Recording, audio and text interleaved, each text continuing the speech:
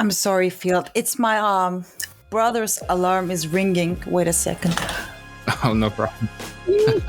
Wake up and close this shit. I'm sorry, I can't hear anything. Like, That's how I'm going to start the episode. brother. Thank you. Okay. Sorry. No problem. I couldn't even hear it.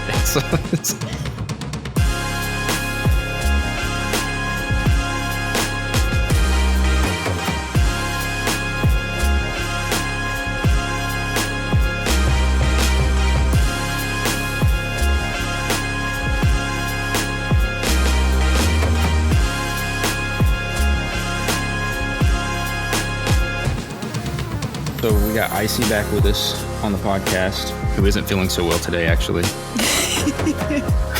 Hey guys, I just woke up. Please don't judge me. Yeah, well, and that's partly my fault too, because I can't figure out UTC from my current Central Standard Time, and we were supposed to meet actually like 12 hours ago or something like that. Yeah, and, that's okay. Yeah, so now I'm the one staying up late, and everybody else is just getting out of bed. Yeah. But then we also got Amy with us today. Hey. So, Amy, how did you get involved with this? Actually, I know you showed up a while back. Yeah. And you were kind of spamming about the OG thing. You made a few GIFs, and then we didn't see you for a while. And then the next thing we know, you're back and you're running the marketing team. Well, I'm going to spill the whole tea, and I kind of find it offensive that you pronounce it as GIF and not as GIF, but I'm not going to touch on that. So yeah, the thing is, like, I know some of the team members IRL. Degex is one of my closest friends, and I knew about the project before they minted. I know how much like they worked for it, how difficult it was at times. Like they talked about the riots and the fun they had in chat, like how great a community it was and stuff like that. So when I first, after I started actually like trading NFTs and stuff, I was like, I need to join this great community that they keep talking about. So I joined. And after I joined, I was like, okay, Degex, I need purple. And it was like, if I give you purple, they're going to kill me. So I started, I started a joke. Like I was just spamming and just like having fun the whole time. But then we had a small beef with another team member. That was a total misunderstanding. Oh, I don't think I know about this. Oh, yeah. So I remember you DM'd Bolzaro like 1,000 times or something for OG. No, I just DM'd him once. He is over exaggerating. I just DM'd him once. What OG? Because he didn't. I was like, and I actually sent that in chat too. It was just like part of a joke. But the thing is, like, I always kind of felt like Bolzaro hated me for a reason, for some reason, and he always thought that I hated him. So at one point we had a little like problem with him, and I was like, you know what? I'm just exiting Solderland. I never knew that. Yeah, I did a dramatic exit, gave away my bunnies and stuff. And Oh, so you actually like exited the project? Like you gave away, like sold your bunnies or gave your bunnies away, like completely washed your hands of it? Yeah, like I had some, to be honest, in a different wallet that was not connected to Discord to anything. But I was like, okay, I'm giving away my bunnies. So I just send them to random people on Discord. I don't even remember who. I think one was Tyler, maybe, I don't know. And then I just left, and like a month or two goes by, and this is all Degex's fault, by the way. He never talks about things with his friends. Like he knows that both of us have problems with each other, with like me and Bolzaro, but he never tells Bolzaro that I think he hates me and never tells me that Bolzaro thinks I hate him. You know what I mean? Like, he has to be the mediator in this case, but he just like never told that to any of us. Yeah, he's an interesting person and, an interesting friend. Yeah. Like, do something and tell. So I found out that he had no idea when he messaged me, like Bolzaro messaged me, because somehow Degex ended up telling him, and he was like, oh, what do you mean she thinks I hate him? No, it's a misunderstanding and stuff like that. He texted me and I was like, oh, really? I thought you hated me. Something like that. So since we're talking about beefs here, I kind of feel like, and maybe I'll put this in, maybe I won't. We'll see how I feel whenever I do the editing. Okay. But I kind of feel like me and Puffy have a similar situation going on, because for whatever reason, he will never answer anything I post in the chat ever. Like, if you go back and look at any time I've ever tagged Puffy, for probably since the token launch, actually, I don't think he's ever responded to anything that he didn't absolutely just have to. Like, unless I opened a ticket or something and directly had something to say to him related to Solderland, like, he just will not respond to me. So maybe it's a situation kind of like you and Bolzaro. Maybe I just feel that way and it's really not there. But you know what? Someone told me about this situation and I asked Puffy, like, he thinks like that. Is there any problem? And he said, what the fuck? No way. I don't hate anybody. Like, he is the loveliest person ever in Solderland. Yeah. So don't think like that. So do you guys talk now? Yeah, we do. We meet a lot too. I mean, we have become much closer. I still didn't join for a time because I wasn't sure, and also I just thought everything's okay. They don't need me in the community. But then Beaver's Mint happened. I was at an event during the mint. I was like, oh, okay, I have time. I'll just mint when I'm home. And 45 minutes later, not even an hour later, I found out that they stopped the mint and everyone is super sad. So I was like, I have to join back and see what people are talking about. And that's the day I joined back. I was gonna say, were you in any projects before Solderland, or with Solderland, because you were saying you knew DAG and that they were working on the project? Were you already involved in NFTs before the Solderland project? Was.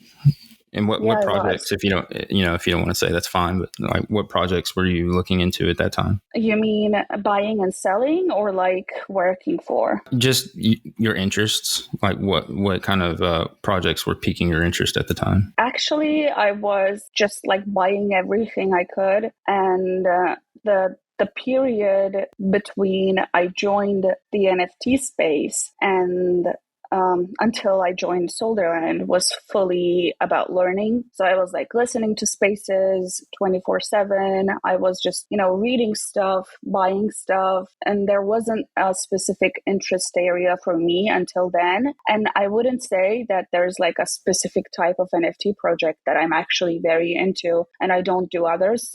Right now, even I do everything. I buy everything. I can be bullish about everything as long as I feel that the team is right. So I was just exploring, before I joined Solderland first time. Right, I got you. So it was more of a in the beginning, more of the financial aspects of it, if I'm understanding right. You were just kind of trying to find what projects were going to be profitable. Yeah, and also I was trying to understand the space,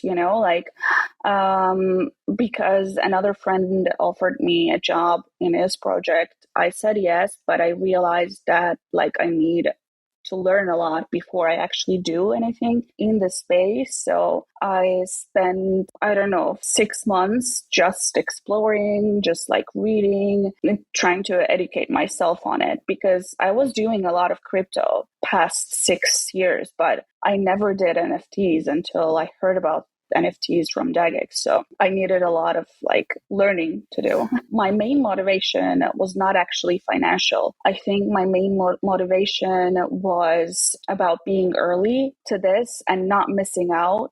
I could tell even without doing all the research that Web3 has a lot of potential in terms of where it can get in the future. But of course, making money off of it is great too. Yeah, no doubt. And it's a lot to learn in this space. NFTs kind of took off overnight because I remember Right. I've been in crypto since 2013 roundabout. And I Wow. started following NFTs probably around 2017, 2018, with the crypto kitties and things like that before they were actually labeled as NFTs. It was just kind of something that was being done. And you try to get into the environment and learn about what non-fungible token it means, what it actually is, what it can and can't do. And when you don't have a lot of other people to bounce your ideas off of or have those discussions with, because if I try to bring it up to anybody in real life network, people just look at you like you're speaking a different language to them. They have no idea what you're talking about. So it was kind of, I know this thing exists, but what can it be? And then it was just, Bored Ape Yacht Club happened. And then it was just like after that, it took off and became its own animal. And, it's right now it's really honed in on pretty much just the art space. I haven't seen just a whole lot of communities out there that are focusing on the utility. And, I'll be really excited for the day when that happens. But there's definitely a lot to learn. So 6 months should have given you a pretty good entry level anyway. Yeah, that's what happened. And after like that, the 6 months of learning, I started getting into the communities because during that initial period, I didn't have a dedicated Twitter, didn't have Discord. I was just observing. And then I was like, okay, I think I'm ready. And I started, joining communities, trying to see the vibes from the inside. And after I bought the DGOD, we started working with the goddesses, and I co-hosted the Inspire series of Twitter spaces that we did, which actually helped me a lot in terms of getting to know a lot of people in this space, especially meeting other women in Web3. And I think it just took off after that. And the space we had with Frank was a turning point for me in terms of seeing where it can go from here and what I can do in this space, which is, I think, why, again, after that, I was offered a Solderland job. And the thing is that after the fact, of course, I found out that actually the guys have been talking about me, how I grew in this space, how much I learned, how I changed, how I actually was able to build some sort of network or audience or whatever you call it. And they were talking among them that, okay, we know her, we trust her, she knows stuff, she knows people, and why not? We can work with her. So they offered me very casually over coffee, oh, do you want to do something for Solderland? I was like, why not?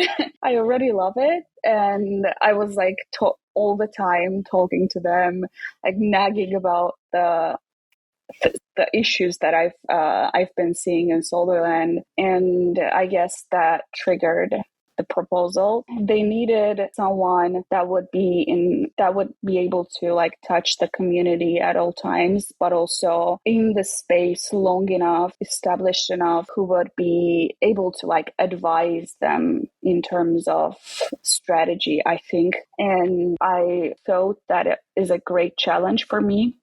Personally, I believe that changing stuff is one of my strongest suits. Change management, crisis management is what I've been working on in my 7 years of professional life before Web3. So this...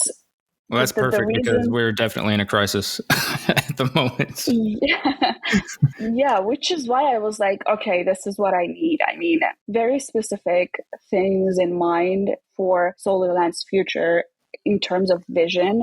I don't have every single step written down, but I know what I need to do and what team needs to do, what everyone needs to do, even the community, what we should do to get where we want to be. And I think it's a great, achievement to have as your legacy if you want to be in Web3 for a long time. And that is the main reason that I'm doing this. Okay, yeah, so you touched on a lot of topics that I kind of wanted to get into more detail about.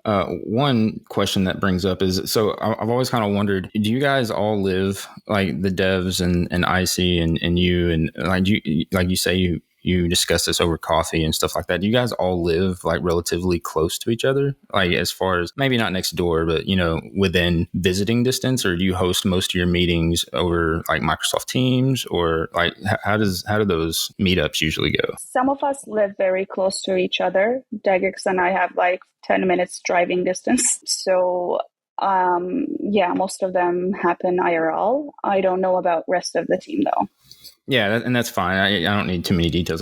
It's something I've always been curious about. Like, are you guys spread out all over across the globe, and like how these interactions came about, and how they sustain themselves. And then the other, as far as I know, the whole team is always talking to each other somehow. I think this is a great topic for the one that you're gonna do with the team. You can ask how they met, and this is actually gonna answer a lot of your questions. Yeah. So for the people who didn't know, Amy just kind of touched on it. Sometime, hopefully within the next 3-4 weeks, we'll have an episode coming out where I'm actually interviewing or speaking to and discussing with a majority of the team. I don't know if they'll all be able to be there. I know Puffy said he wouldn't be able to make it, but maybe we can twist his arm a little bit and get him to come on. I'd really like him to be on. But I know and he keeps going back and forth, but he promised me he would be on. But DagX is going to be there, and Stitch will be there, and Bolzero, and I don't know about Judgens. I think initially he was going to show up. Oh, he will be there. He said right. he wants to be if he finds time for it. Okay, yeah, I will do it whenever it's best for him. I want Judgens to be there, definitely. But yeah, we're going to do an episode where we have them on, and so if you guys have any questions that you want me to bring up, maybe we can get Amy to open up a channel for that, and the most upvoted question or the most reacted to questions, or we'll figure something out where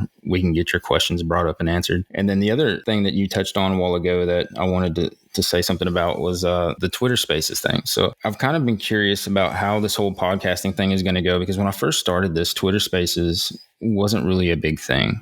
There wasn't a lot of people hosting audio chats about NFTs. And so I was kind of in a unique space where I've always wanted to do podcasting. I've always had it in the back of my mind, like for years now, I've wanted to do a podcast. But the issue is I never really had a topic that I felt driven enough about to really devote the time to doing everything that's involved with holding a podcast. And then when Solderland came along, I became so invested in it. And we started the SOG server, and it took off and had all these people in it. And it just seemed like the time was right to kind of test the waters and get my feet wet with podcasting and see how it goes. And I think I'm going to start to rebrand this a little bit. And, I'm not trying to step away from Solderland or Soldercast with the podcast. When we first brought this out, the intention for it was to have it called NFT Talks Soldercast. And Soldercast would be season 1 of NFT Talks. And we would kind of go in depth about the project, and then we would kind of move back and forth through different projects. So this way we don't limit ourselves to just one community, because it's kind of hard to grow any bigger than the size of the community itself. And you can't really reach out to any other people. So working on rebranding a little bit, but I kind of wanted to clarify a little bit about that, because I don't want people to think that I'm abandoning the project. It doesn't have anything to do with that. Like, I still want to continue doing Soldercast episodes. I just feel like it's important to kind of put some space in between the NFT Talks podcast and where I'm trying to go and how I'm trying to grow it, and the actual Solderland project. Does that make sense? Yeah, totally. We have actually talked about this with you before, and I totally agree with you. You have a lot of potential to grow in the space, because from what I've seen, like current space hosts are not really well equipped to do their spaces. Like they're good, but we need something else, we need someone else who actually knows the potential of the space, who actually knows where we're going to go, and not focuses only on like hype and cloud chasing and stuff like that. And yes, limiting yourself to only one project and one community is gonna prevent you from going to where you deserve to go and where you can go. So rebranding is the way to go. I mean, you should definitely do it. And if we want to, like, as Solderland, be part of your podcasts from now on, we should start paying you for that. I totally think that that's how it should be run, because you're spending a lot of time on this. You're a busy person. And even if you were like a single dude with no job IRL, just like doing Web3 full time, you still deserve to be paid for your time you spend here. So for what you should, get as a reward of what you're doing in the space should definitely include monetary, financial rewards as well, other than recognition. The community already loves you. Solderland community, like, they respect you a lot. The team loves you and respects you and your opinions a lot. And I never really got a chance to like know you that well before we talked. So now I also do. I love you and I respect what you're doing and your opinions a lot. And I think we shouldn't, limit you to just us. And it would be very unfair for you. So yeah, go for it. You're going to be amazing at what you do. Yo, I remember that you were streaming in Twitch in the first day of Mines, right? Yeah. It was that was back whenever it was me and Ghosty and Vamsy and a couple other people that were doing it. And as much as I would like to solely take the credit for all of that, even though we had our disputes and I haven't talked to him in a long time, but the streaming thing was Ghosty's idea. But yeah, we were moving the podcast kind of in that direction where we wanted to stream also. But yeah, we were doing the streaming of the Mines on the day that the game launched. It was good. It was really good. I really appreciate that. Yeah, I didn't want to just all of a sudden change the way everything was being done without kind of giving some preface or some explanation as to why it was being done. And, I've always done this for the love of the community and the love of the project. And, I really like the way that the devs handle things. And, I think the project still has a lot of potential given all the recent fallbacks that it's encountered. And, I've never done it expecting any kind of compensation. But we also have a saying over here that if you're good at something, you don't do it for free. So exactly. I may not have been good in the beginning, but I feel like I'm starting to get my feet under me and, I'm learning a lot as I go, and I would like to be able to start expanding out. And I feel like if I just leave it as Soldercast and focus mainly on the Solderland project, it makes it really difficult to branch out to these other projects. And that's what I would ultimately like to take this to, where I talk to other creators and developers and community members of these other projects to kind of get a feel for what their thoughts are on the space, because I feel like that's the only way the true potential of utility and NFT is really going to ever evolve out of what it's currently at. I feel like we're kind of spinning our wheels at the moment. Like we're kind of stuck in this, how would you say it? We're stuck in this kind of pattern of, I really like this art. I don't really care what it does. I'm going to buy it. Oh, the price went up, so let me sell it. Now I'm looking for the next best art. And there's never any evolving out of that. And there's just so much more that NFTs can offer. And I'm honestly surprised that we haven't surpassed where we're currently at, because it just seems like, the way I like to compare it is when the Apple Store was very first launched on the first iPhone. I think it was back in like 2009. And I remember the App Store came out and one of the only apps in the App Store was the Lightsaber app, and it was 99 cents. And I bought it, and then I was like, what am I going to do with this? Like, apps are stupid and the store is never going to make it. Like, apps are never going to be a thing. It was my thought at the time. And now you literally can't take a shit without having to have an app. Like you can't do anything anymore without an app. So yeah, it's kind of where I feel like the NFT space is at the moment. It's at the lightsaber moment of the App Store. Like, everybody's hung up on the art and the community, but there's just so much more potential that it has. And I'm really excited to see where that leads. That's an amazing metaphor. I don't know if that is a metaphor, but yeah, that was amazing. I mean, or maybe analogy. Maybe I'm not. I'm not sure. Analogy. I get those. I'm not great with those. So me neither. But yeah, it is great. So let's kind of move into some of the things that have been happening within the project here lately. So one of the big things was some title changes. So we've already touched on you coming into the project and taking on the role of marketing. We've also seen some other people changing titles, and we can get IC in here and we can go ahead and talk about hers first. I've noticed, and I'm sure other people have too, because we had 4 or 5 mods at one point, and now it's just you, right? Like, yeah. So what happened? Okay, so we were three mods actually, and they decided to apply a real life job. I mean, they weren't so into Web3 like me. So then they left, and I was all alone. And I said, okay, team, if you don't want me, I can leave, but I'm going to stay in Web3. So, and they said, no, we need you more than ever. Like, you have to stay with us. And I was like, yes, I wanted to, because I love Solderland, you know. Actually, Solderland saved my life. How can I say it? Like, I had a in real life job, and I hated it. Like, I was almost going to kill myself. Like, I hated my life. And then Solderland just was a place that I'm in love with it. And I was like, okay, there's something I love and I have to work for it. So It gave you some meaning, right? yeah, a meaning to my life and everything I can for it. So it's really important for me, actually. What happens in Solderland is really important for me. Yeah, and I think it's important to touch on a little bit, because you've spoken a little bit openly in the chat before about depression and some mental health issues that a lot of people go through and that they're not comfortable talking about. And when you say that you hated what you had going on in your life and that you were contemplating killing yourself, I mean that's not necessarily too far from joking, right? Yeah, like I don't like pretend like I'm happy when I'm not happy. I think I see that in the chat sometimes. yeah, I think it's really fake, and people has to show that they're sad, because sadness is real as much as happiness. So yeah, I love sharing it with you guys, because I feel like you're my friends and you're supporting me, and I feel better. Yeah, I think everybody, to different extent or to different levels of it, goes through a time of depression in their life.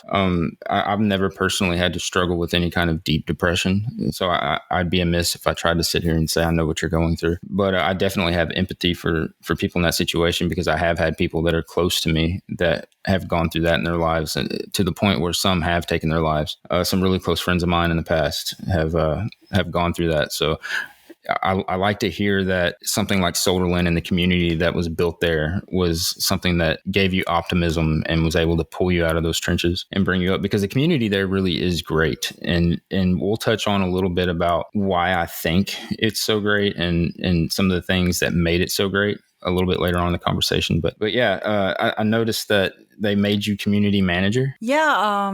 So I was the only one left. I said, okay, guys, now I'm going to work like 24 hours, which I worked 24 hours for 1 month or something. You remember?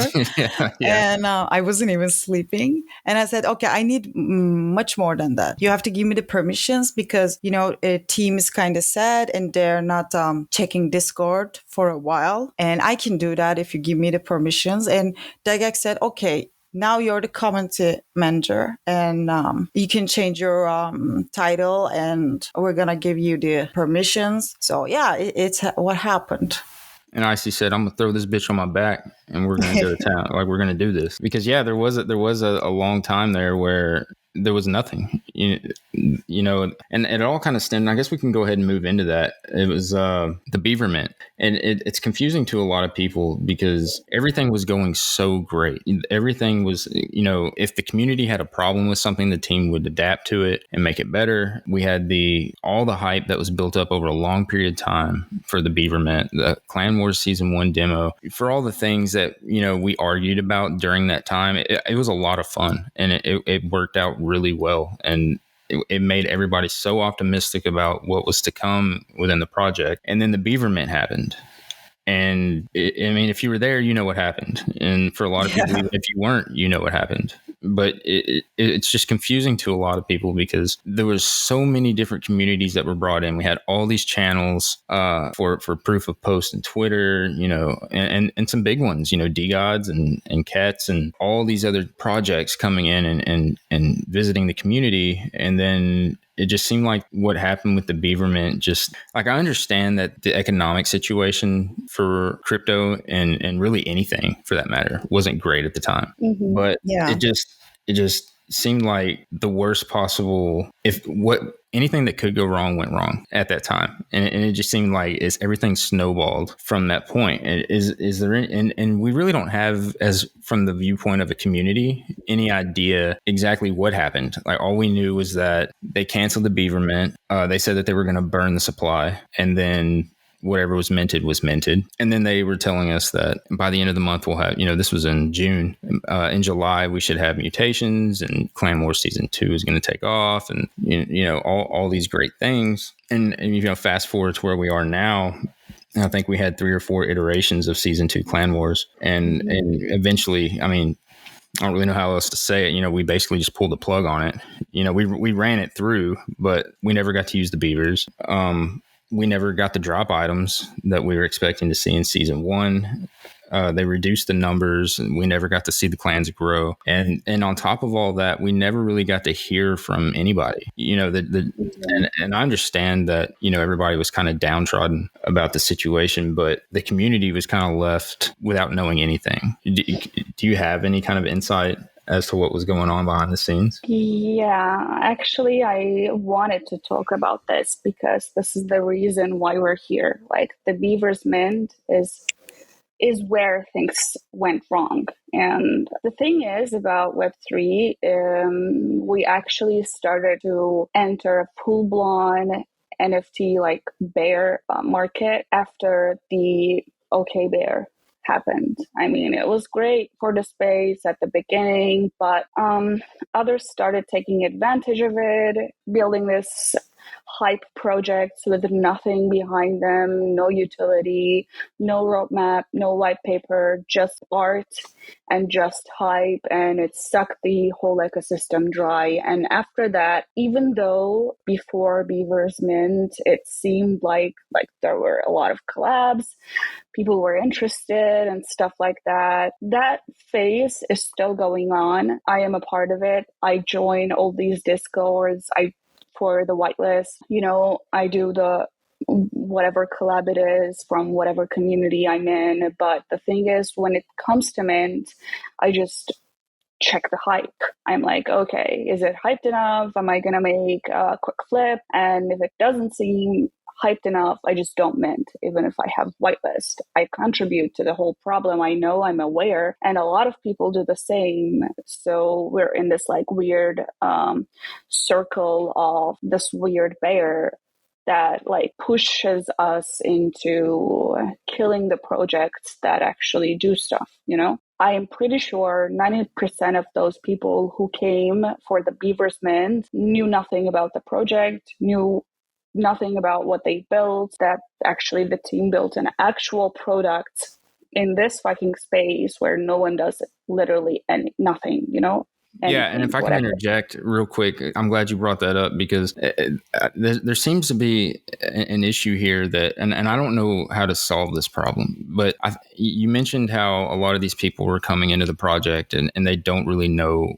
what the project is about. They just see whitelist and they're going to jump in and try to get it, see what's going on. Mm-hmm. Can I flip it? And I think a lot of that comes from the fact that in my own personal experience, it's hard to be devoted to more than one, maybe 2 projects fully. It's really difficult for me to, for instance, I'm really involved with Solderland, and obviously, and I've tried a few times to branch out to other projects, and I don't have the time to do it. And I know that's a little bit of a skewed view because I got all these other things that are going on in my personal life, and I'm addicted to learning and trying to find, more information and learn about how this works or learn about how that works, or trying to increase my skill sets, or, whatever it is. It's just a drive that I have.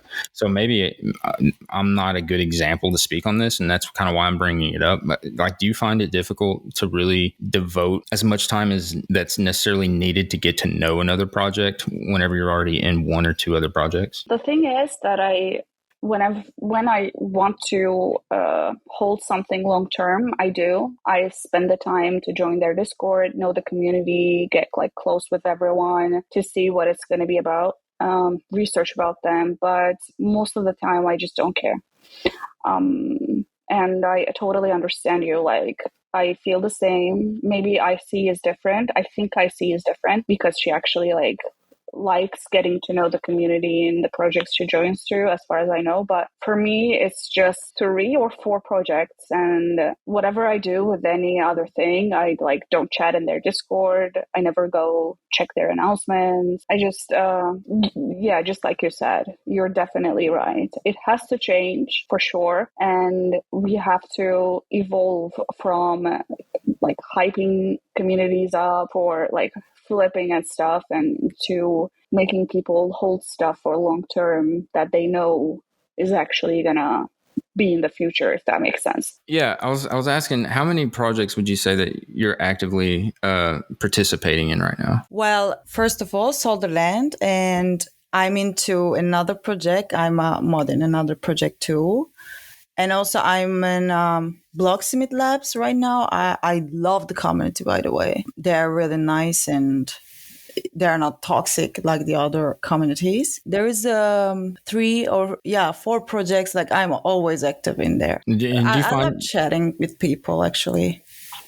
Yeah, I'm the same way. I really like. That's kind of how I built the character reputation that I did in Solderland, was just because I was constantly in the chat, and anytime somebody had a question, I was quick to answer it, because in the beginning there were no mods, and so the team was busy building the project, and we knew people would show up. There was a lot of mixed information because of the way that the project was built. There wasn't a lot of it you had to figure out yourself. And so for somebody who maybe had just been there a couple of weeks, they may have had an idea of what to do with going to the mines and how it all worked. But they may be giving out false information. It actually got to the point where I just made a Word document because I was repeating myself so much, and I would just copy paste. Like every 5 minutes, somebody had a question. But to reiterate, I find it really hard to keep the amount of time that I want to devote to one community, because, I have to start taking from, if I'm active in Solderland, I have to start taking from the time that I'm in Solderland to give to another community. And then that kind of cuts what I'm able to do. And part of that's probably my fault, because I take on so much. I'm that person that when I do something, I got to do it too much. I got to give 150%. I got to go over the top. Same. So I usually end up putting myself in a hole. But Me too. Yeah, I just think it's hard because all these communities want the same thing. In fact, I did one of the things that Odin posted in Alpha the other day was, what was it? It was the one for the bot, Palm something. I can't remember what the project was called, which kind of is a point of what I'm actually talking about here. But he did a raffle. I think I even posted this in the Solderland chat, but he did a giveaway, or they did a giveaway, and it was supposed to be reacted this, and they were going to pick somebody to get a lifetime membership for this bot. And the 24 hours went up, and they hadn't posted anything. And after some time, they finally posted, I had to re-roll 15 times to finally get somebody who was participating in the community, because I'm not going to give it to somebody who isn't active. Like, you need to belong to our community, which I can understand that, but I don't have the time. Like, I'm not going to leave a community that I've invested myself in to something that I don't really know a whole lot about. Like, I'm down to participate, but I just don't have the time to get involved in that many projects. And I think that's part of the cycle that you were just speaking on, Amy, about how people just show up and try to get that whitelist and try to flip and make some money, and they really don't even care and about what the project is actually built. And because Solderland, that's the one thing that I'll never understand to this day. They have put out more than any, as far as utilities concerned. Yeah. 95% of any other project. Like, they did a lot of it before they even did the mint.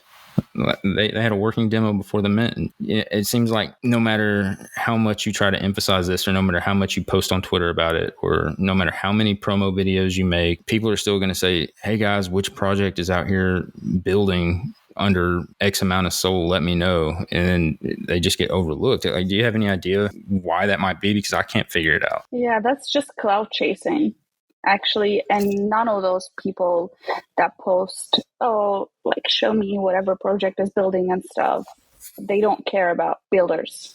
They are just cloud chasing to get engagement, The main reason I think the projects that succeed in there actually succeed is the community and nothing else.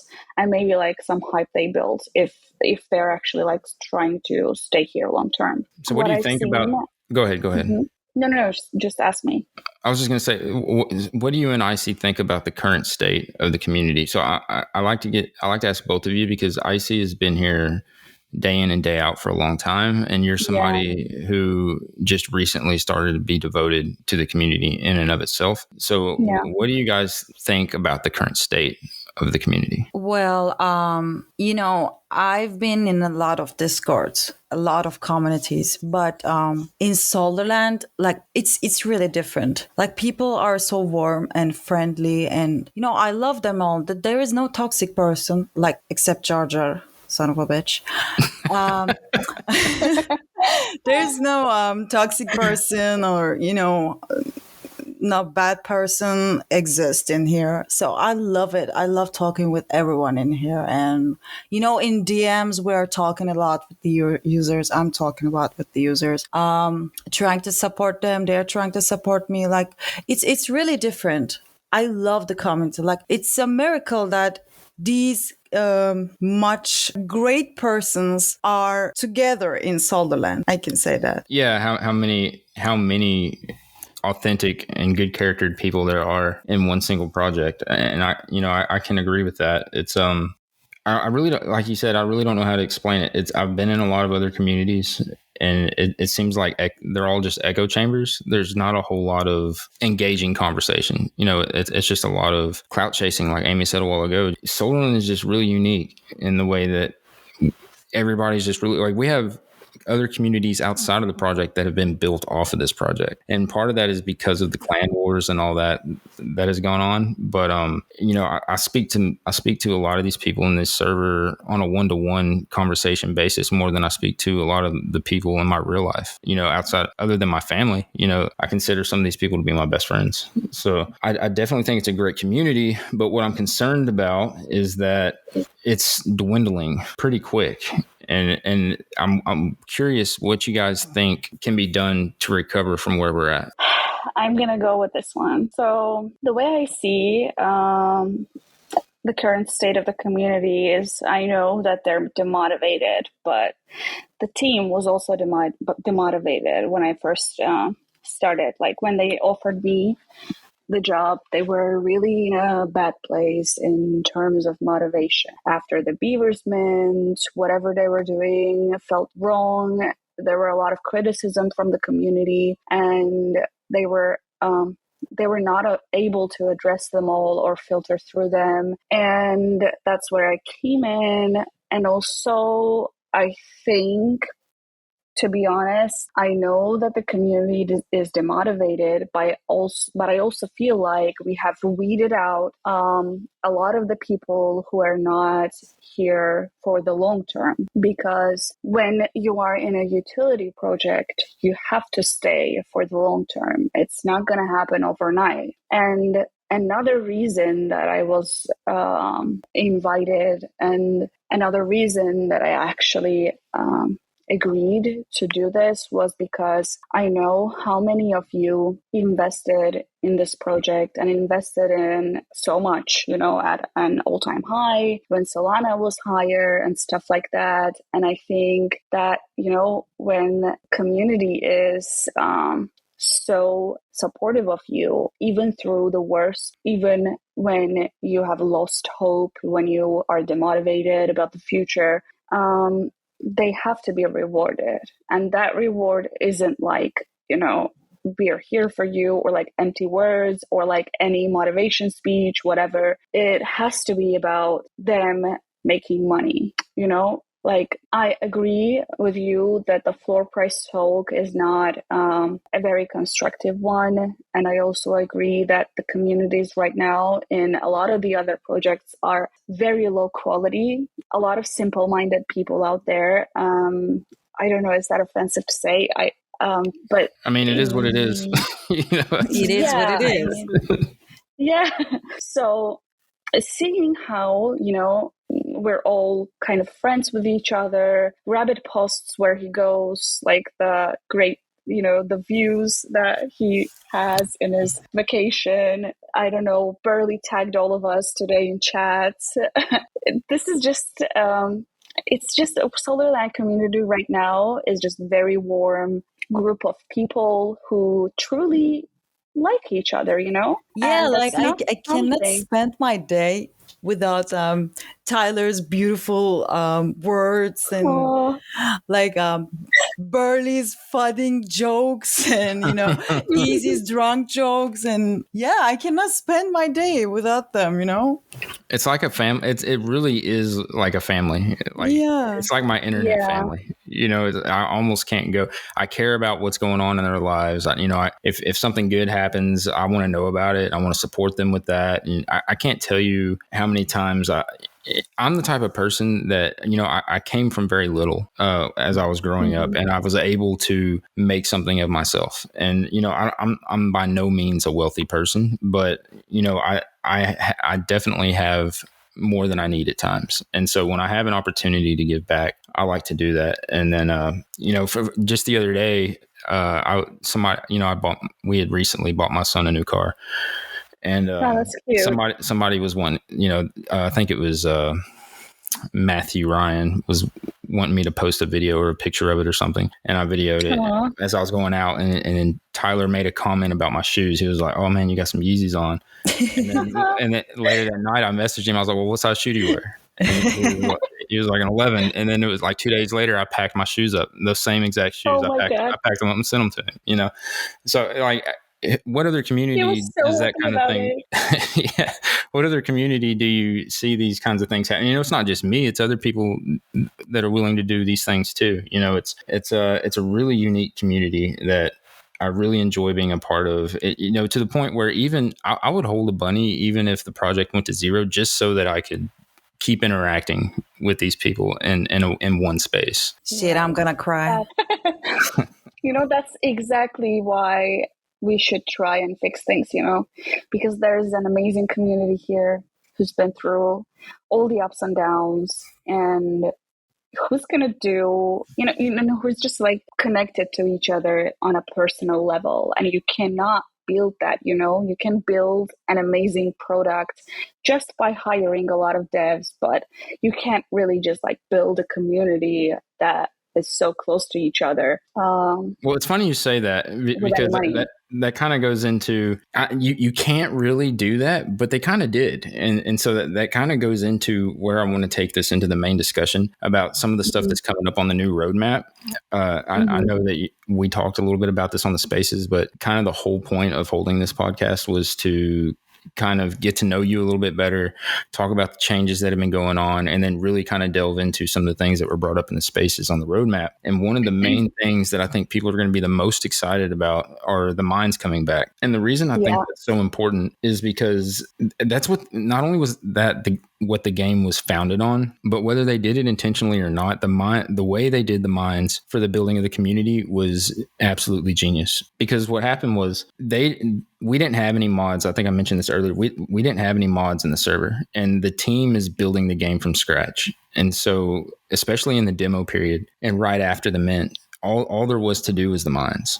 And it was a way, what the mines did was, not only was it a way to play, because a lot of the game didn't happen. It was a lot of fun because the game didn't happen in the game. The game happened in real life and conversations with other people, because you had to collaborate with each other. Even if you didn't like somebody else, in order for you to all be profitable in the mines, you had to work together. You had to have conversations, and it was a daily thing. So you had to check in daily to stake your bunnies in the mines that you wanted to go in. And then you had to come back and claim your rewards every day. You had to do those things. And you also had to work with the other community members to figure out, this many people went into this mine, or this many people went into this mine. Well, what did this mine get today? And what did this mine get tomorrow? And what can these things possibly mean? And there were no answers that were given directly. It was all things that the community had to figure out together. And it was a way to allow the community to moderate itself while the devs were taking their time building the game. And the way that it all played out was that's exactly what the community is missing right now. That was what built this community into what it was. It wasn't, a handful of us being super active or building the SOG server or all these other things that it could have been. It was the mines that built it. And I think that when they took the mines away, it was kind of the start of the downfall of what that community originally was. And anybody that was there from the beginning or anybody that was there during the mines can vouch for this. Like, maybe you didn't know exactly what it was, but you could feel that the community was different, and it was because of what the mines brought. So I'm really excited that the mines are coming back. Me Yeah, too. I didn't know that aspect of it. Like, I didn't know that mines did that, like, you know what I mean? But what I thought about was that they had something that worked, and it worked really well, and then they just took that away. For me, without any sentimental meaning behind it for the community, for me, that was a mistake. And then when we did the suggestions, over 20 people responded, and it wasn't just like, one-line answers. It was like full paragraph. Some of them signed like, "Hey, it's Miyaku writing this, and this is what I think." And that was very valuable because people felt the same. They all wanted the mines. Almost, it was like a repeating statement, even if some of them didn't like say it outright. It was just something in common with all of those messages that mines had to come back. The Clan Wars idea was great, had a lot of potential, but what it did, I think, from the very beginning, I remember when Degex, we were just having a cup of coffee together, and Degex was like, "Oh, I'm very stressed about today." And I'm like, "Why? What is gonna happen today?" And it's like, "We're gonna tell people that the maximum number of people who can join a clan is 50, and they're gonna go crazy because there's a server with, I don't know, 250 people in it. They want to start a clan together, but we're going to limit them. It's going to be a lot of fun." We had 600 people. Oh, wow. Okay. Yeah, I remember that night. They announced it. It was my shift, by the way. We were 3 moderators at that time. And I was like, okay, here we go. And they left. They told that they're gonna be just 50 members, and they left. And I was like, okay, here we go. Just left you to deal with it. Yeah, I was all alone. It was so fucking scary. Well, we had already kind of prepped the SOG server for that because, and I think we touched on this on the last episode, but we were actually, things were growing really fast in that server. And this all kind of goes back to the miscommunication that we tend to have sometimes. The team wasn't really great at communicating back then. And, they still struggle with that at times, but they never told us what any kind of rules there were going to be for Clan Wars. All we knew at the end of the demo was that Clan Wars was coming and that you would need a clan. And Odin started a server and got some of the most active people during the demo to join the server. And it just all of a sudden popped off. There was some, I started a channel for the podcast, and there were some other things we started to do, and then it just grew really fast. I think it grew faster than the devs or even us could have imagined, because it got to 600 people before we knew it. And I feel like the plan was to have 50 people all along, but it grew so fast that they didn't know when to bring that up. And we were actually on a call within our own server discussing what we were going to be doing next. And then during that call, Puffy had messaged me and was like, "You may want to rethink what's going on." Oh my God. In your server, because there's going to be some changes. And then in that moment, James was like, they're going to put a limit on clan members, and I bet you it's going to be 50 people. He nailed it on the dot, as soon as we got that message. And there was a huge discussion about what was going to happen. And then, come to find out that was the case, but we had already kind of prepared for that. We had a couple different routes we were going to take, and ultimately it was disbanding the server. But yeah, that's crazy that they just announced it and left you hanging out in the server with a bunch of angry people. Yes. I was like, okay, Dagax, you're a good friend. You left me here all alone with all these thoughts, But we made it. We're still alive. Yeah, I'm glad I'm alive. We're all still here. So they ultimately decided to scrap Clan Wars, which is kind of mind-boggling to me, because all the time and effort that they've spent on it, they went through the whole season. They did the huge payout in Seoul. they made all these changes. No telling how many hours they spent in coding, and now they're going to scrap it along with the SP. Yeah, that's the beauty of it all, I think. You have to be ready to change it. Even if you have spent, I don't know, weeks of building it, if it doesn't work, just throw it in the trash and start over. That should be the mentality of doing something like this.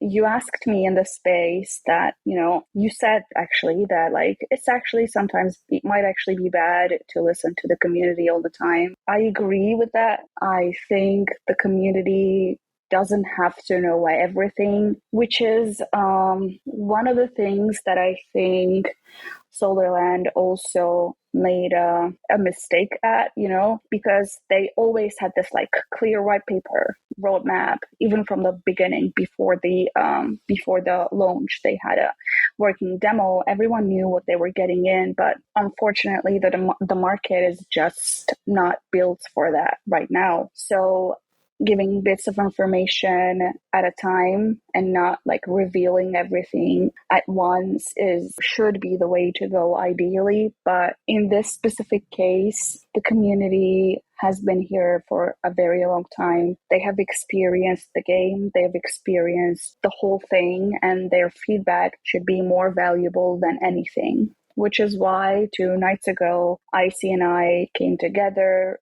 and she did an amazing job at like building the server from the very ground. We now have a place for OGs and whales and legend holders to give us feedback and suggestions, a specific room just for that. And from now on, the design will go in this way that like if any major change is coming up, you're going to be able to vote on it. This specific group of people, though, like people who has been here through all this.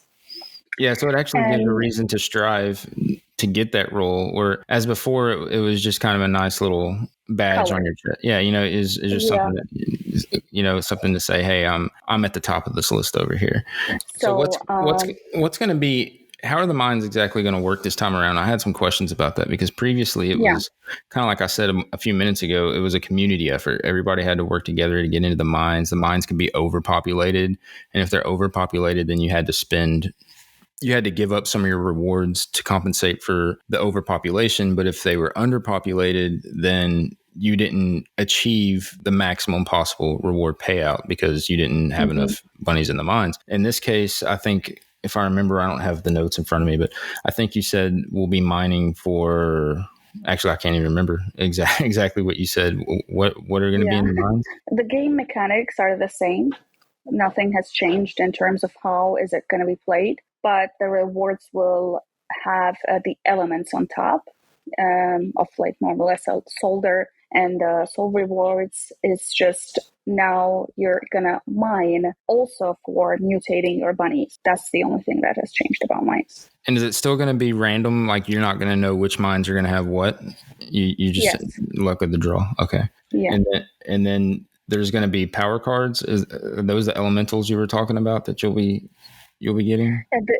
The way that elements actually work is that you're going to have like, imagine like a bar of some like power levels, and you're going to have to like build it up to make it reach max level, and then you will be able to mutate your bunny. That's how the elements are going to work. You will have to collect a certain like set of elements, and then you will be able to use them to mutate your bunny, but nothing else has changed. The mines, the way it works, the mechanics of the game from the first version of mines is still the same. Okay, and so previously the whole idea of mutating your bunny was to turn it into a warrior souls, and they were going to be the battlers in the clan wars. And so what is going to be the benefit of mutating your bunny now? Because I think the way I understand it is each trait will have its own individual utility. Not really. Not each trait is going to have its own utility, but like you will... the goal here is to make you mutate your bunnies as fast as possible so that you can get the beavers. That is the gameplay about like mutations and how we're planning to smooth out the mutation period. Yeah, I like to But refer to this as the resurrection of the damned. All the I burned love beavers, that. I all the love burned that name, beavers. And I was really excited to see that they're bringing those back, because when you hear the word burned, you just assume that they're gone and that's it, and they're not coming back. Yeah. So how is this going to work exactly? So you mutate your bunny to achieve one of these burned beavers. How does that work? And then what is the benefit of having the beaver? Okay. So this is first I have to like mention this. There's no way to burn an NFT.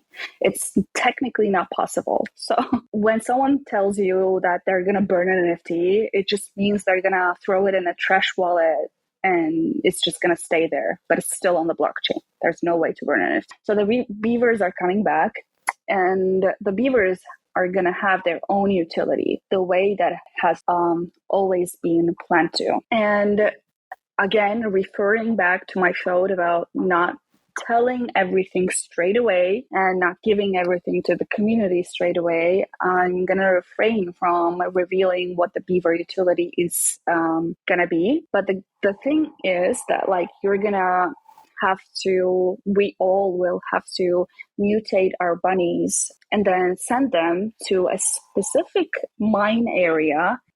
Spoiler, I'm going to say it just like right away. There's going to be a special mutated island on the Solderland map. You're going to send your bunnies there, fully mutated bunnies there, and then those bunnies will mine you beavers. And there's like a limit to the supply. So it's kind of like first come, first serve for the free beavers. So the faster you mutate your bunnies, more beavers you will be able to get. And after that, after the whole mutation and whole like get your beavers thing is complete, we're going to start the actual what the fuck are beavers going to do period from there, if that makes sense. Yeah. We'll start to introduce the utility of the beaver. Yeah. I remember having a conversation with Dag at some point, and he had mentioned to me that, and if I need to scratch this, let me know. But he had mentioned to me that every single beaver in and of itself was going to be unique. Yeah, true. You don't need to scratch this. But yes, the way beavers are built and the way that it has been planned from the very beginning, even like with the first white paper, they already had all these like races. The way it was planned was to have beavers I cannot say this. If I say this, it will be spoiled, Okay, well, let Icy say it then. No, I can't. I'm sorry. We can't talk. No habla English. No, I'm sorry. No big deal. So we'll mutate our bunnies, which is the goal, to have all the bunnies mutated. And then we will send them to the mutated island mines to mine the missing beavers. And I'm assuming there's going to be a storyline. So is all this going to play into the story mode? Like the story's going to come out as, okay. The thing is, we released a video in Twitter, as you can remember. Beavers were coming to Solderland and they made a vehicle accident, as you can remember. And some of the beavers are dead on that accident. So, the thing is, beavers are good for Solderland or not. You have to think about it, and you can also revive the beavers from somewhere in the map. I can say that. And that's the story actually. So where I left off, resurrection. I think we all know that I'm a huge fan of the story mode. And where I left off actually, was where there was a beaver drowning in the water somewhere. And I don't remember. It's been so long since I've done it now. The last thing I was doing was trying to figure out a key combination that would bring up a prompt that would allow me to claim that beaver. I think I was at the very last part of that chapter before I got to move on. I kind of got, based on the story mode that's already kind of been hashed out, the idea that the beavers came, they crashed, some of them died, and then some of them had to be rescued. But I had no idea that it was going to be the burned population that was going to be coming back. Tell me about it. The first time the story mode started, we were sitting somewhere with like Dagex, and he was like, "Oh, you should play the story mode. You're gonna love it. I love puzzles and stuff." And I was like, "Oh, sure, that's a great idea." And I started doing it, and I was like, "Fuck, this is too difficult." And then I started begging him for hints, and he was like, "You know what? Field figured this out. I don't know. Field is like past level 100, whatever it is. Why can't you?" No, this is not a good way of handling your community. um, I'll also let him know pretty quick though that although I was progressing at a slower pace than what I'd like to have been, it was way too difficult for the average person. You were progressing at a faster pace than all of us, Not at a slower one, but it was pretty difficult, which is why that they're actually planning to tune that down. Story mode is going to be easier, hopefully, for all of us. I still know nothing about the story mode because I am also a community member that enjoys playing it, so I don't ask. And are the prizes going to be the same? What was the original prize?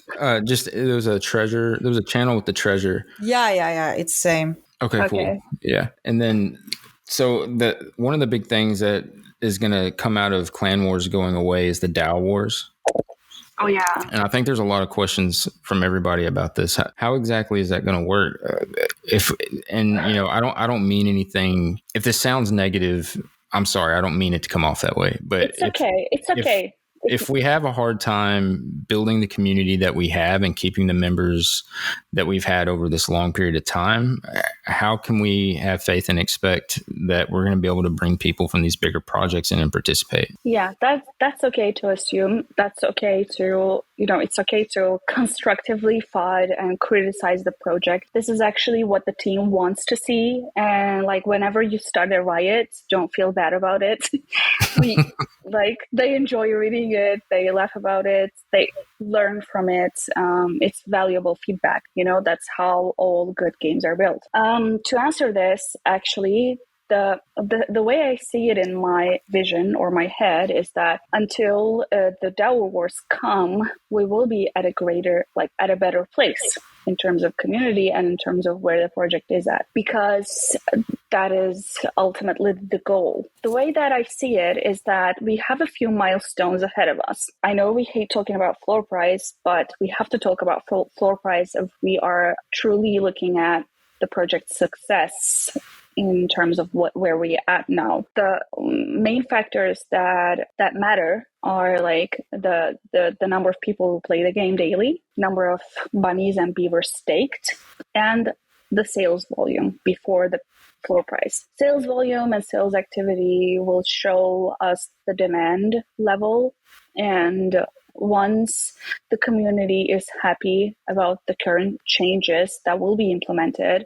I'm going to give a timeline for this. Of course, this is very tentative. This is just in our head. But what we're thinking is that in the upcoming month and two, we want to see the community more excited and more motivated to be like playing the game every single day, logging in, checking their bunnies and beavers, like sending them to mines, mutating their bunnies, getting their beavers, stuff like that. We're going to do the spaces, the collabs, and like stuff like that to get the word out there to increase the demand. But like to be able to do that, your community needs to be at the right place. Right now, it's not. The community needs to be happy. The community needs to be doing the things that they need to be doing, if that makes sense. Needs to be active. Yes. And it doesn't necessarily mean being active in Discord, because I feel like that meta might die very soon. Like even the projects that are blue chips and doing really well do not have very active Discords. So that's not a concern for me, to be honest. But the motivation level of the community, the level that they're actually playing the game on a day-to-day basis, that's what's important. After that, they're like, the community is back on speed, and after the current issues are fixed, the current changes are adopted and like accepted by the community, the second step will start. The second step is getting the word out, making all these collabs. I have already talked to some people from Web3 that would be willing to do like collabs, do spaces with us, do like gaming sessions and stuff. I'm not going to name names, but we've talked to some of you about this.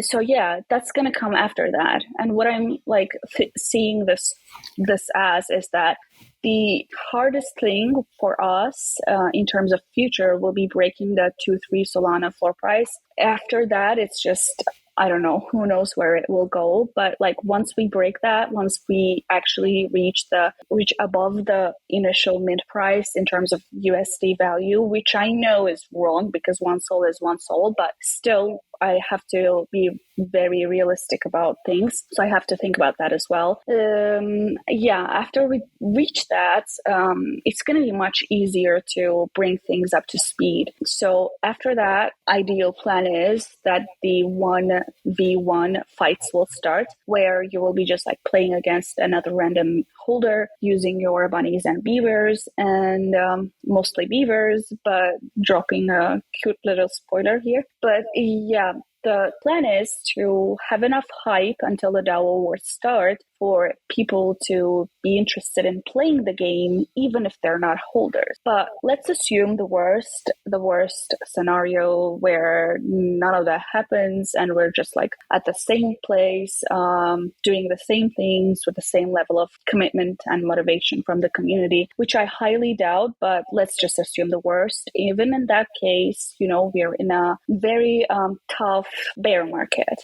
No one can actually keep their community active right now because they just like doing other stuff, and everyone needs other things to push their communities interested in, if that makes sense. So even if nothing succeeds, none of these plans work out, DAO wars will still happen because other DAOs are also trying to give their communities some other utilities to focus on, Okay, yeah, I got you. So, and to your point about the floor price, you had mentioned to me at some point recently about how the floor price is actually attractive to you for where we're currently at, because it will allow other projects and other people to get in at a really low price. Yeah, that is totally correct. Because like when I buy in a project, when anyone buys in a project, they want to have a good entry, good entry, whatever.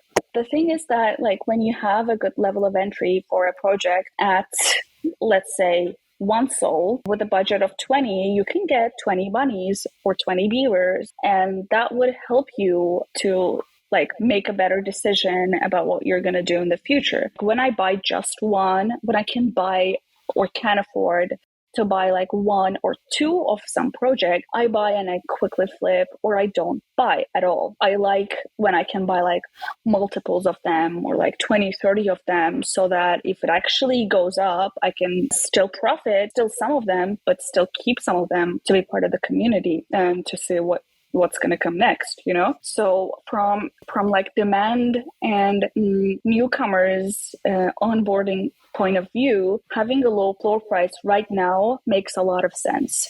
This is one of the advantages that I'm planning to use for getting new people in. And no, I'm not. I was going to say, I'm not sure where I saw this at. I can't remember if I spoke with somebody that told me this or if I read it somewhere, but it seems like one of the questions I had in my mind was that's all good that we're going to get out on spaces and we're going to, pitch the idea to these other projects, and these other projects are going to be looking for utilities, for their community members. But what's the sugar really going to be? How are we really going to coax these people or get these people to really take the plunge and spend some money on the project? But it seems like I read somewhere that for the DAO wars, that there may be some bunnies that are be put out on loan, or that they would be able to buy them with tokens or something like that. No. The way that it's going to be working is that we're not going to take money from individual people, individual holders of other projects, but we're going to be taking it as in Solderland token and Solder from the DAOs itself. There are currently some subscription services like this that works and some of them has like, I don't know, 500 sold price of entry, and they just like pay it for their holders to be able to do whatever they want in that ecosystem. So it's like an existing dynamic of B2B collabs in the space. But like the whole thing is that the other DAOs will be able to get their holders our service, our utility, by just purchasing a certain amount of a solder and sending it to us. And after that, they're going to get special NFTs, not bunnies, not beavers, something totally different, something not currently in Solderland ecosystem. They will just get X NFTs to be able to log into the game. And represent their DAO, right? DAO. So got you. Exactly. And why they're going to play, of course, they will have a reward at the end of it if they win. Same as we're going to have a reward at the end of it if we win. So it's going to, I mean, the theory behind it is that it's going to make us closer as a community. We're going to be fighting together. We're going to like strategize together, like come up with plans together and stuff like that against them, and they will be doing the same. Right. So it'll be a lot like the mines, but instead of now collaborating on the original mines, we'll be collaborating on Clan Wars. Yeah, exactly. So that's exactly exciting. Like that. Yeah. I think it's going to work, and it's going to be really good for our community and for overall the project. But like, we'll see. Hopefully it will be great. Okay. And so we mentioned the Solderland token. One of the big issues that a lot of people have been upset about is the fact that there has been no utility for it.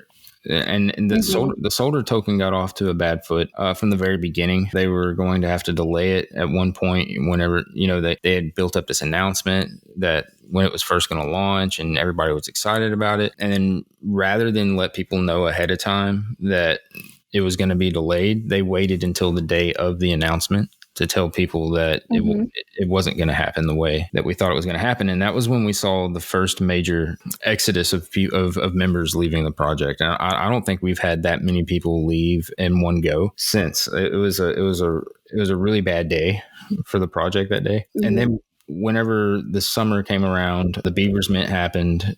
We had already a lot of us have already locked our bunnies up for 90 days. And it got close to the end of that 90 days, and I just knew that there were going to be something that would be introduced, whether it was mutations or whatever, to introduce a burning mechanic, because there was a lot of Solder token that was going to be dumped, into individual wallets, and nothing was done.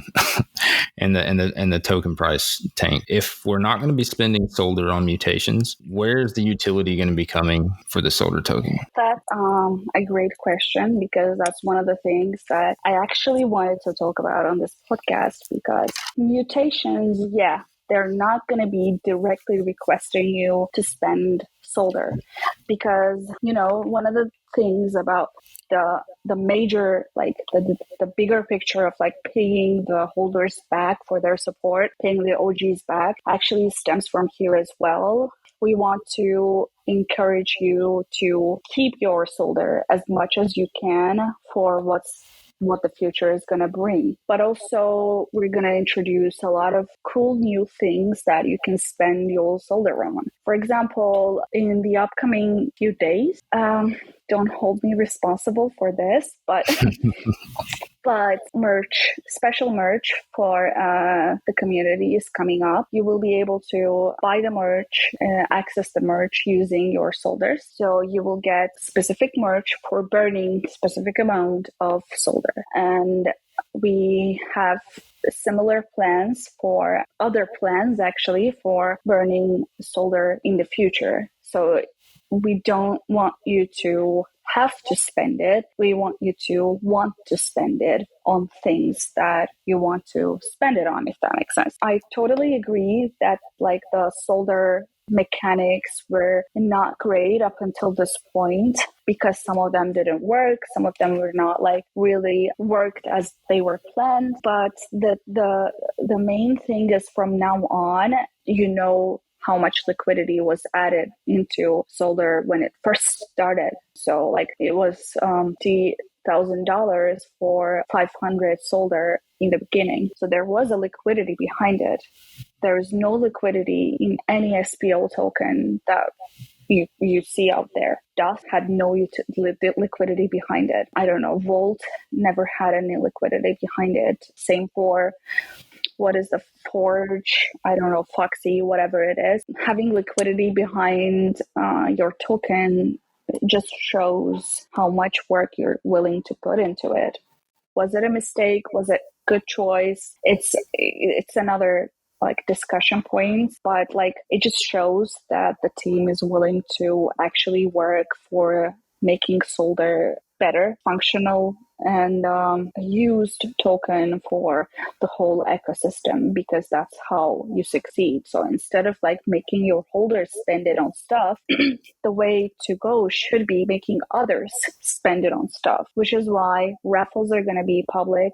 There's not going to be a limit on who can join the Solder raffles, which is why the DAOs will have to buy Solder to get into the DAO wars, which is why there are other stuff planned specifically for outside the community to pay in Solder, that we like basically want to increase that liquidity pool that this team initially invested in. But we don't want the holders do it directly. We want others to be doing it. We want the holders to keep their Solder as long as we don't tell you to spend it directly, like in merch, like in some in-game stuff. But like, we don't want you to spend all of it as part of the process. We want you to keep some of it, keep a big portion of it for you to be able to profit off of it, if that makes sense.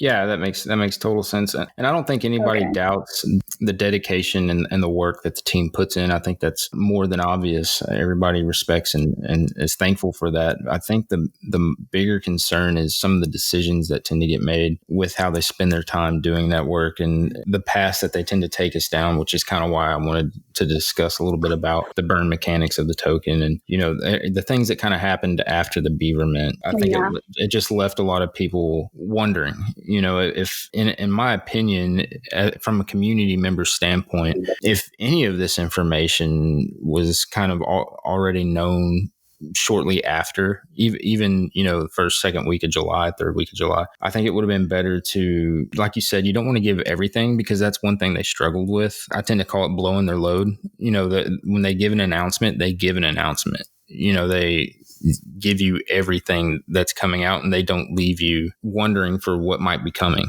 And then there's a lull because there's no information to be had because now they're trying to implement those things or they're trying to grow and come up with new things. So I definitely agree with you that there needs to be some tighter lips when it comes to announcing what's coming. And that also goes into something else that I would like to see more of is under promise, over deliver. That's what you're looking for. Yeah, that's exactly what I was looking for. But my alcohol brain at the moment couldn't recall.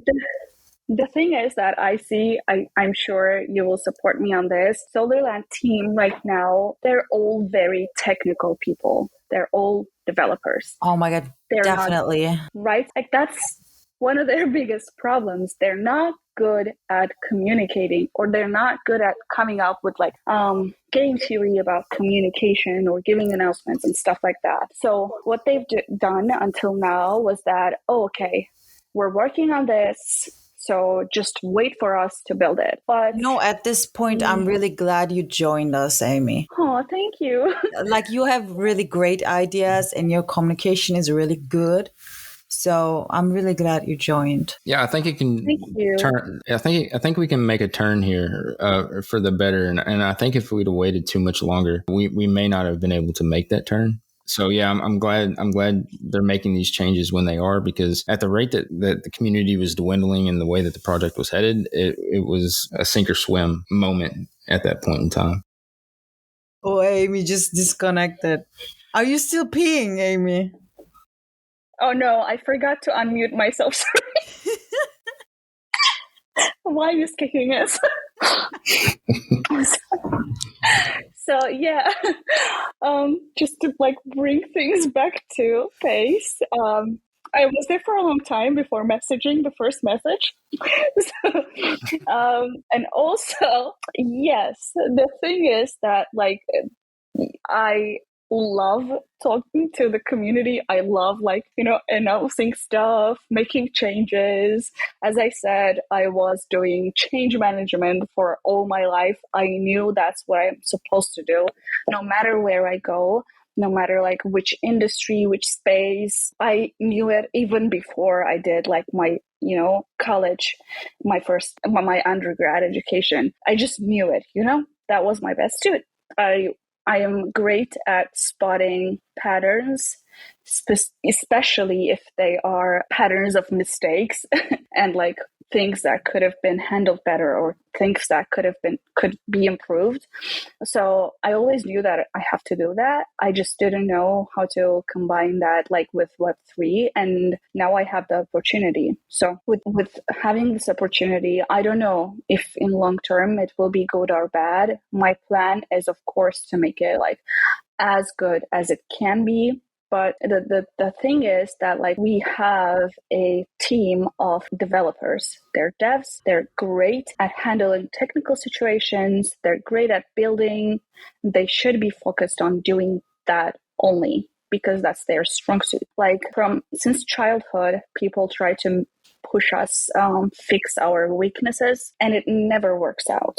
Instead, I think even with kids, Field, you probably agree with me on this. You have to support your kid to focus on their strength instead. Like if your kid is great at math and can't do arts, you're not going to be like, oh, okay, you should focus on your arts. You should be like, just do your maths, just do your maths and forget about arts, whatever. It's not that important. And that should be the like strategy here. They're good at building. They're good at doing technical stuff that I don't understand. I'm good at talking. I'm good at like analyzing stuff, not technical stuff. So I should be doing this.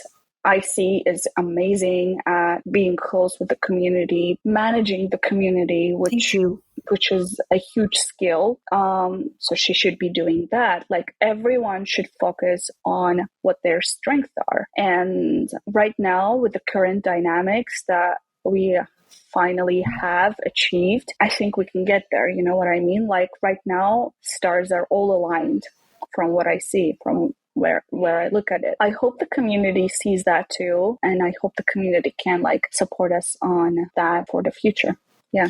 Yeah, I'm just my biggest concern, or what I'm most hopeful about, is that we start to bring. If you look at that sidebar, there's tons of people that are still holders in the community that you never see chatting anymore. So I would really, and some of those are people that used to be really active, and I'd really like to see those people come back into the chat. And I'm starting to see, some newer people that I've never seen before in the chat here recently, which is refreshing because it's been a long time since we've seen new people come into the project. And these are people that aren't just showing up. In general, they're people who are actually saying, yeah, I heard about Solderland through somebody's tweet and I bought a bunny, or I bought a couple bunnies, and, can you show me around the project? And so that's really encouraging to see that, especially in this market and the way things have been going, that things are starting to turn around a little bit. In Clone Wars, new users couldn't join a clone because, they have like 2 or 3 bunnies and none of the clans wants them. So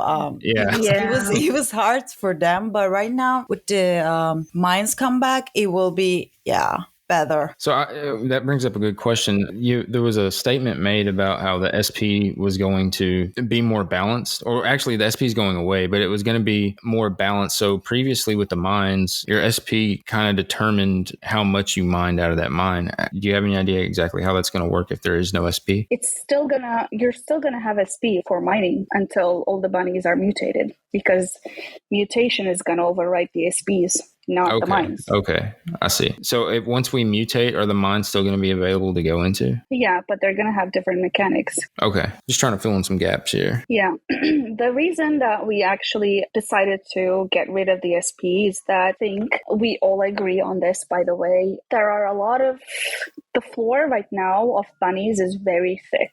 And it's very thick because of the low SP bunnies. The SP range between the bunnies are not very balanced. They start from 40, 50, and they'd like go up to 400 or something like that. And it's basically held more than 3,000 of the whole collection is useless, because they have low SP. And that just makes it very unattractive to buy. As a newcomer, for example, I would check and be like, okay, like there's no point in me buying this floor bunny because it's not going to do anything. So the floor just stays the same forever. And these bunnies do not actually have a utility behind them forever, they're not desired. So they had tons of ideas in terms of how to like battle this, how to prevent it, how to fix the SP situation. But it was just getting very out of hand. Like every single one of those ideas to get rid of the SP issue of 4 lower SP bunnies was very complicated. If they applied that, it would mean for newcomers to learn a whole lot of things. Even the existing holders, it would just mean you would have to learn new things in terms of the game mechanics, and it didn't make sense at all. I mean, why do that when you can just get rid of it completely? Yeah, it might be controversial. It might be very radical. It might be undesired by some of the community members, because I understand I already also have spent some money to get a better bunny, a better like SP bunny. But the thing is, mutations is not going to change rarity. Mutations is just going to get rid of the actual Solderland power that was one of the game's,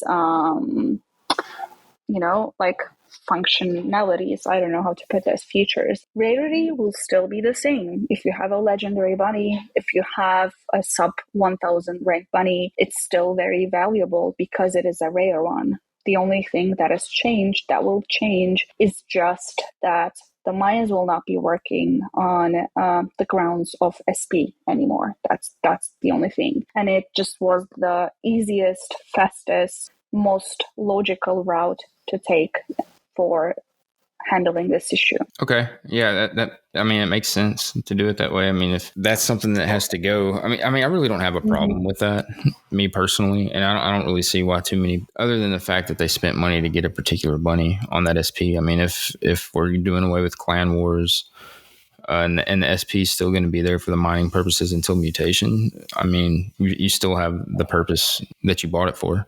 So the 1v1s aren't necessarily one bunny versus one other bunny. It's just one player versus another player, and it could be your entire stack of bunnies. Yeah. And also, not only these, but also it's always wise to have a stack of any NFTs, Right, a variety. A variety. Like I noticed you said in the chat a few days ago that you had all the traits except one, and that you were going to buy that. That's amazing, because there are going to be a lot of specific utilities attached to traits. Utility is not the right word, but like functionalities attached to traits. You're going to need a lot of bunnies for that. If you want to make profit, if you have 100 bunnies, I don't know, when floor price is higher, you can sell 20, break even, I don't know, make a huge profit, and then just like keep going with your 80 bunnies and still be a whale and stuff like that. But also the major benefit, the major utility that we want to have for whales, OGs, is making them closer to the team and like separating them from the rest of the community, because as we grow further, that's going to be something that not a lot of people can reach. It's going to be very exclusive, and the purpose is to keep it that way, like make it very exclusive. You get all the info before everyone else. You get the sneak peeks of whatever is being built on. You get to vote on stuff, on like what we invest in, what like the future, I don't know, change is going to be, whatever it is. The OGs and whales have a upper hand in that. But also in terms of game, you're going to have a lot of advantages in both the 1v1 battles in Delaware Wars, and also for the trait stuff that's going to come. I guess the only other real question I have at the moment is, is there a timeline that you can kind of give? And if not, that's fine too, for when the mutations might come about. So we can't give an exact time right now. Well, no, not an exact time, but like there's some people that may be thinking next week we could get them, and there's some people that may be thinking it's next year. So no, definitely not next year. It's going to be next month. Next month. Let's just say next month. Yeah, probably. Hopefully, right? Or like Frank likes to say, next month, probably. Most likely. Most likely. Yeah. Okay. Gives us something to look forward to. Well, that pretty much covers everything that I had. Did you guys have anything that we didn't talk about that you wanted to bring up? Any points, sneak peeks that you could drop? Raffles are going to start pretty soon. Raffle system is already ready. It's being tested out right now. They're going to test it out for a few days. And once it is like, yeah, it works for sure. We're not going to get tons of tickets about it, kind of sure.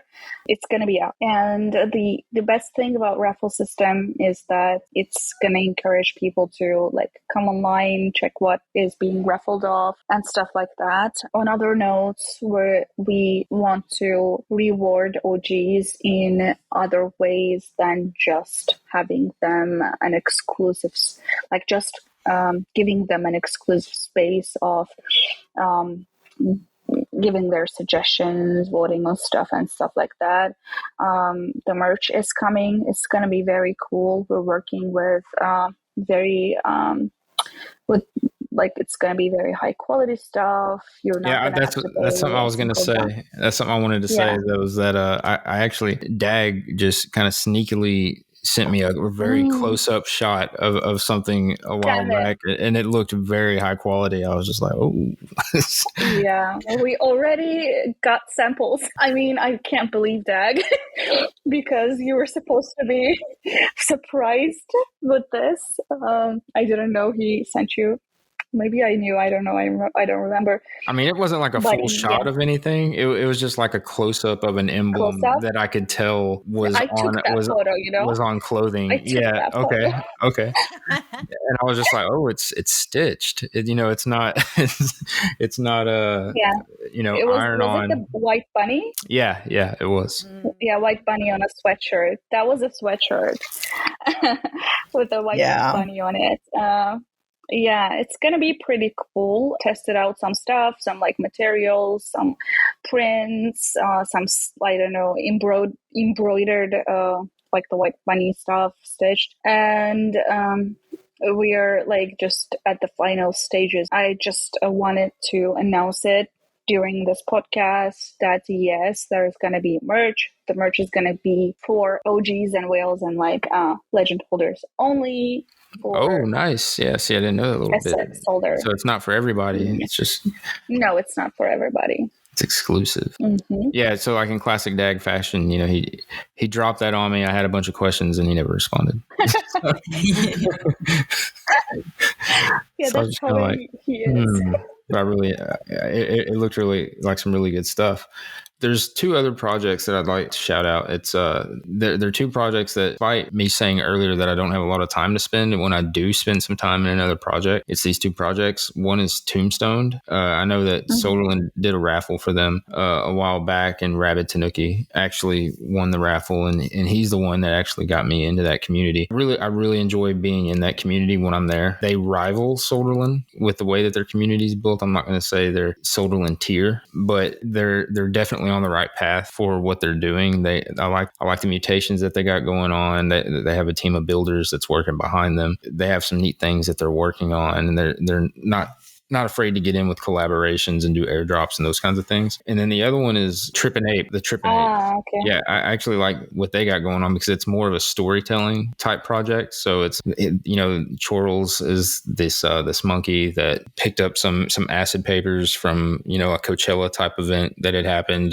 And after all the people left, the monkey ate some acid papers and became awakened. And now he's teaching all the other apes, getting them all high on acid and mushrooms and awakening them. And then he has this journal, and then over time new pieces of this journal come out, and they're doing these airdrops, and you have to purify different aspects of acid to awaken your monkey. And like, they're introducing all these new features and they got merch and, it's interactive and it's storytelling and, it's something that is fun to be a part of. So those are two projects that I'm currently in that I actually enjoy being in. But other than that, that's pretty much all I really had to discuss with you guys. I mean, we covered a lot of material. Is there any special community member you guys want to give shout outs to? Charlotte. Yeah, Charlotte. She should have been here, but she couldn't. Yeah. That's my fault. No, I take full responsibility for that. That's okay, Phil. Because I get my letters mixed up. UTC and CST. I can't even say them correctly. UTC and CST. I got those confused, and Charlotte wasn't able to be here. I want to shout out to Ciro's mom, but not in a bad way, by the way. I mean, I was talking with him in the chat like 10 minutes ago or something, and he said, I see, please mention my mom so she can be proud of me. And yeah, here we go. Whose mom is this? Ciro. Oh, Ciro. Okay. Shout out to Ciro's mom. I'm sure she's a great person. Yeah, I'm sure about that. She produced Ciro, so she can't be bad at all. Burley has really stepped it up lately. Yeah. In the server. I love him so much. Yeah, if it wasn't for his antics, the server would be very dull. Yeah. I think we covered everything there is to cover at the moment. I think we got a lot of good stuff that's coming down the road, and I like the fact that we don't know everything like we usually do whenever announcements are made. We got a lot to think on and hope for and see what's coming as all this unravels. And it sounds like things are starting to turn around for the better, and I can't wait to see what the project has in store. I'm really glad that they were able to bring you on and help with the marketing team. And I'm excited to see where the project goes with you at the helm of leading the things like the Twitter spaces and the marketing and getting community more involved. Yeah. So thank you for coming on, and always a pleasure to have Icy. And then I think hopefully sometime in the next month we'll have the devs on for their podcast. Yes. Yeah. If it's much longer than that, I'll try to squeeze another one in between now and then, and I'll have both of you back on if you want to be back. And Charlotte, I would always be happy to join you, Thanks for inviting me. No problem. Well, if that's it, we'll catch you guys later. See ya. See you.